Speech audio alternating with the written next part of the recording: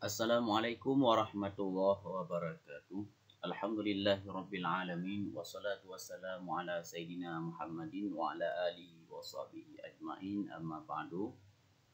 Para ibu, bapak-bapak sekalian yang dimuliakan Allah Subhanahu wa taala, terima kasih sudah menonton dan setia di channel ini dalam mempelajari beberapa persoalan tentang masalah P3K Kemenang yang akan kita ikuti mendatang. Mudah-mudahan apa yang kita simak, apa yang kita dengarkan menjadi ilmu dan juga wawasan bagi kita dalam menghadapi soal-soal yang akan ditemui kelak. Baik, pada pembahasan kali ini kita membahas tentang mustalah hadis.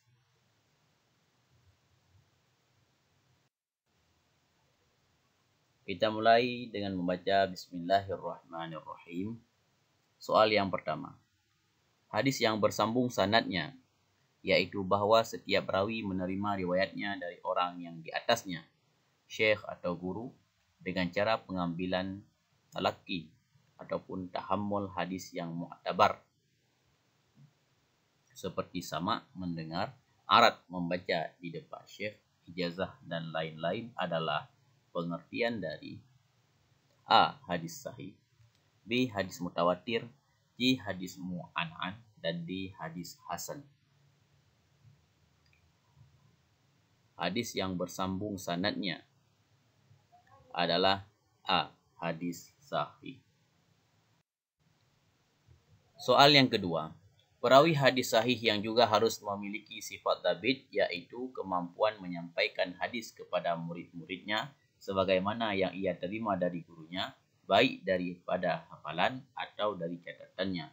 Thabit ada dua, yaitu A. Thabit naksan dan thabit kitaban, B. Thabit tam dan thabit naksan, C. Thabit sadran dan thabit tam, D. Thabit kitaban dan thabit sadran. Thabit ada dua. Apa pengertian thabit? Yaitu kemampuan menyampaikan hadis kepada muridnya. Yang pertama, yang benar adalah D. Thabit kitaban dan thabit sadran. Soal yang ketiga. Berikut ini merupakan syarah hadis sahih kecuali A. Sanadnya bersambung, B. Perawinya adil, C. Para perawinya thabit, D. syadz. Jawaban yang benar adalah syarat hadis sahih kecuali adalah D. syadz. Soal yang keempat. Hadis yang tidak terkumpul padanya sifat hadis hasan dan sahih dengan hilangnya satu atau lebih dari syarat-syaratnya adalah A. Hadis sahih, B. Hadis hasan, C. Hadis dhaif, D. Hadis ahad. Hadis yang tidak terkumpul sifat hadis hasan dan sahih, yaitu jawaban yang tepat adalah C. Hadis dhaif. Soal yang kelima. Hadis yang jalurnya terkenal, tersambung, para perawinya dalam hal adalah dan thabit juga terkenal, namun tidak seterkenal para perawi hadis sahih. Maksudnya adalah bahwa A. Bahwa perawi hadis hasan derajatnya, B. Bahwa perawi hadis hasan derajatnya di bawah hadis sahih, C. Bahwa perawi hadis hasan derajatnya di bawah hadis sahih dari sisi thabit, D. Bahwa perawi hadis hasan derajatnya di bawah hadis sahih dari sisi matan. Jawaban yang benar adalah C. Bahwa perawi hadis hasan derajatnya di bawah hadis sahih dari sisi dhabit. Soal yang keenam. Hadis yang diriwayatkan oleh seorang yang tertuduh melakukan kedustaan adalah hadis yang diriwayatkan oleh seseorang yang tertuduh melakukan kedustaan adalah B. Hadis matruk. Soal yang ketujuh.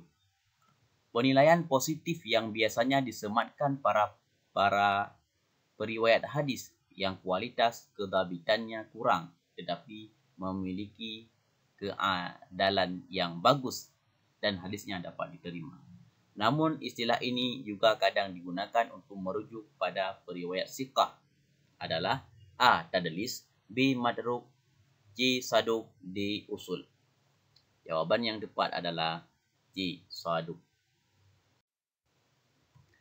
Yang kedelapan, hadis yang diletakkan secara utuh pada awal bab, kemudian disertakan mutabaahnya dari jalur periwayatan lain.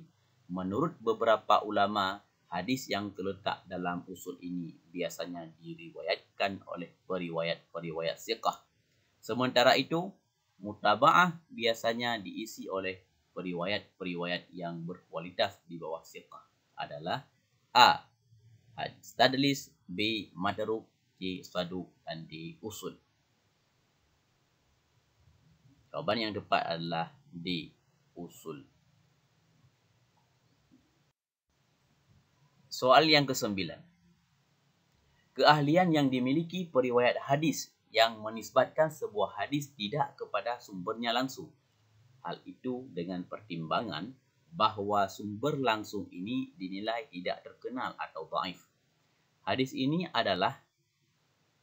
ini dalam tingkatan tertentu dinilai sebagai bentuk pengaburan periwayatan dan karena itu sebuah hadis harus ditolak. A. Tadlis, B. Madruk, C. Saduk, D. Usul. Jawaban yang tepat adalah A. Tadlis. Soalan yang ke-10. Hadis hasan yang diriwayatkan dengan berbagai jalur periwayatan sehingga saling menguatkan dan kemudian menjadi sahih dinamakan A. Sahih bidzatih, B. Sahih bi ghairih, C. Marfu', D. Mukhalafah. Jawaban yang tepat adalah B. Sahih bi ghairih. Soal yang ke-11. Hadis yang dikualifikasi sebagai sahih bukan karena pertimbangan ragam jalur periwayatannya, melainkan karena secara intrinsik hadis ini sudah dikategorikan sahih berdasarkan periwayat-periwayat di dalamnya yang bersifat siqah dinamakan A. Sahih li dzatih, B. Sahih li ghairih, C. Marfu', D. Mukhalafah. Yang benar adalah A. Sahih li dzatih. Soal yang ke-12. Hadis yang jalur periwayatannya dan penyadarannya sampai kepada Rasulullah SAW adalah A. Sahih li dzatih, B. Sahih li ghairih, C. Marfu', D. Mukhalafah. Jawaban yang tepat adalah C. Marfu'. Soal yang ke-13. Metode penyeleksian hadis dengan cara melihat titik perbezaan dan pertentangan suatu riwayat tertentu dengan berbagai jalur periwayatan hadis lainnya. Metode ini digunakan untuk melihat variabel inat yang terkandung dalam satu jalur periwayatan hadis tertentu. Sebagai catatan, dalam ilmu hadis, jalur periwayatan hadis sangat berkontribusi terhadap kualitas derajat hadis itu sendiri adalah A. Sahih li dzatih, B. Sahih li ghairih, C. Marfu' dan D. Mukhalafah. Melihat titik perbezaan. Ya, maka jawaban yang tepat adalah D. Mukhalafah. Soal yang ke-14. Penilaian yang sangat negatif yang disematkan kepada seorang perawi hadis karena sebagian besar hadis riwayatnya jika tidak keseluruhannya bertentangan dengan realitas amalan, kehadisan, dan kesejarahan. Penilaian yang sangat negatif ini diberikan karena mempertimbangkan banyaknya kesalahan yang dilakukan oleh periwayat sehingga seolah yang datang darinya adalah kebohongan. Dinamakan dengan A. Sahih li dzatih, B. Sahih li ghairih, C. Kadzab, dan D. Mukhalafah. Kebohongan. Jadi kata kuncinya kebohongan. Maka jawaban yang tepat adalah Kadzab. C.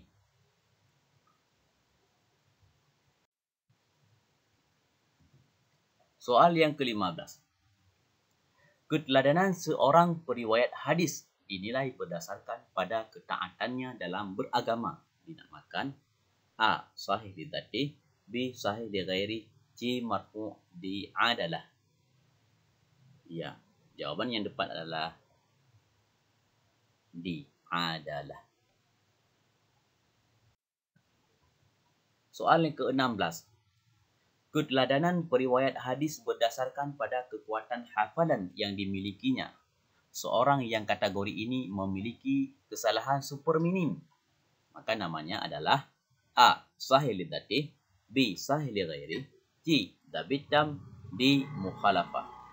Maka yang menjadi jawaban yang tepat adalah C. Dzabit tam. Soal ke-17. Hadis hasan yang diriwayatkan dengan berbagai jalur periwayatan sehingga saling menguatkan dan kemudian menjadi sahih dinamakan dengan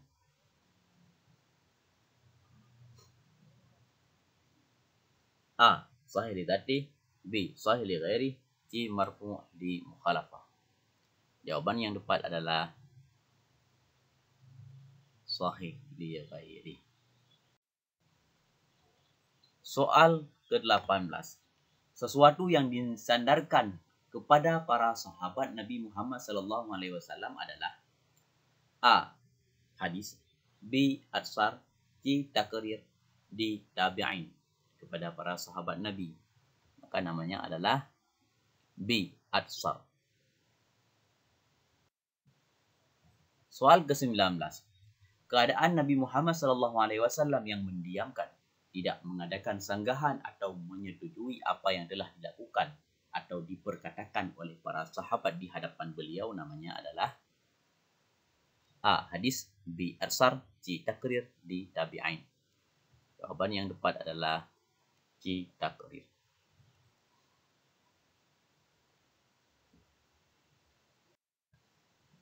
Soal ke-20.